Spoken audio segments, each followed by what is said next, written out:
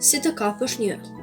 Në një fshat, afër një liçeni të rrethuar nga një kopsht i vjetër me mull, jeton një djalë i ri i quajtur Roy. Më shumë se çdo gjë, atij pëlqente të shikonte yjet. Atij pëlqente të shikonte yjet që ndriçonin ngadalë dhe formonin një ysi që lëviznin në qiellin e natës. Por më të mahnitshme për të ishin yjet që binin në gusht. Roy e dinte që nëse mendoi një dëshirë kur një ëll bente, dëshira realizohej. Por ai gjithashtu kuptoi se pas të realizojë dëshira e dikujt, një ëll nuk mund të kthehej përsëri në qiell. Për këtë arsye, sa herë që një ëll binte nga lart, Roy brenda vetes shpresonte që askujt mos t'i realizojë dëshira. Mendimi se një ëll shuhej e trishtonte shumë. Një mbrëmje verore, kur Roy po shëtiste përgjatë bregut të liçenit, pa mikun e tij të hipur në një skuter të ri prej drure. Sa shumë e dëshironte të kishte të njëjtin. Nuk mund të ndalonte së ndërruari për të gjatë gjithë pjesës tjetër të ditës. Nata ra dhe qielli ishte mbushur me yje. Roy ul në barën e butë duke parë lart dhe nuk mundi të hiqte nga mendja skuterin. Pa pritmas, një ëll i vogël, por mjaft i ndritshëm, u shkëput nga qielli dhe ra drejt tokës. Ai bëi më i ndritshëm sa më shumë që afrohej. Roy e shikoi atë i fiksuar. Ai erdhi në vete kur dëgjoi diçka që ra në ujë pikërisht në mes të liçenit. Djali shikoi poshtë dhe pa pranë tij një skuter të ri të bërë nga drasa e drurit të gdhendura bukur. Në atë moment u dëgjua diçka. Roy pa një ëll të vogël që lundronte vetëm në mes të liçenit të trishtuar. Roy zgjidhi një varr të vjetër të lidhur aty pranë. U hodh në të dhe lundroi drejt yllit për ta shpëtuar. Kur e nxorri yllin nga uji i ftohtë, pasa i dridhi dhe kishte pamje të sëmurë. Pas ju ngrënë në dorën e Royt, ylli gjorë tha në heshtje. Unë e kam përmbushur dëshirën tënde.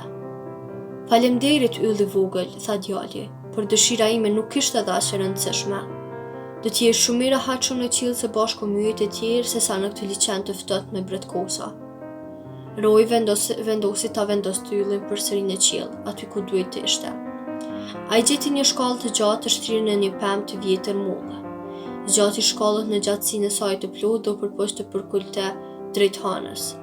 Por shkalla ishte akoma pak e shkurtër. Oh, çfarë të lashi? Është vetëm pak i shkurtër.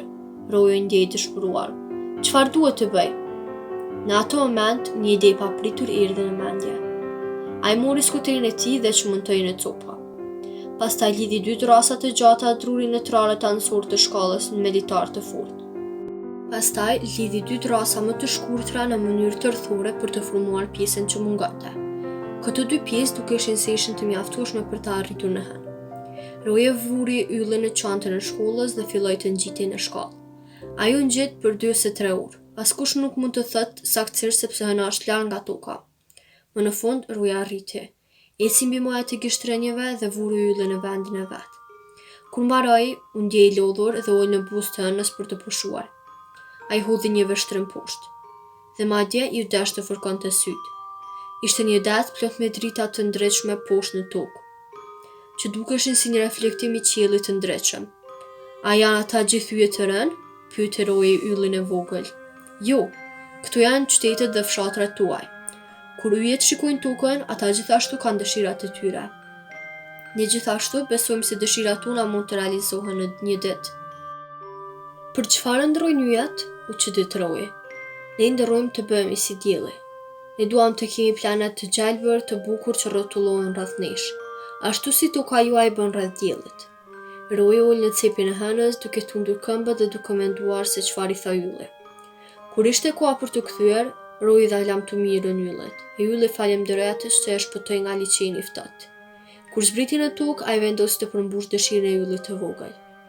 Ai mori një fanar nga dega e pemës së mullës, ndezi një fitil, i dha një lëkundje fanarit dhe dërgoi lart në ajër. Si me magji, një erë fortë mori fanarin dhe fluturoi lart, drejt qiellit. Në ato moment, ylli shikoi poshtë dhe pa një shkëndijë të vogël të shkëputej nga toka. Ja afroi qiellit dhe lëshoi pranë tij. Të nesërmen në mëngjes, ylli zbuloi se ishte rrethuar nga planet shumë gjërësh që rrotulloheshin rreth tij. Në mëngjes, kur u zgjua, djali gjeti pranë shtratit të tij një skuter të ri e të bukur prej drure.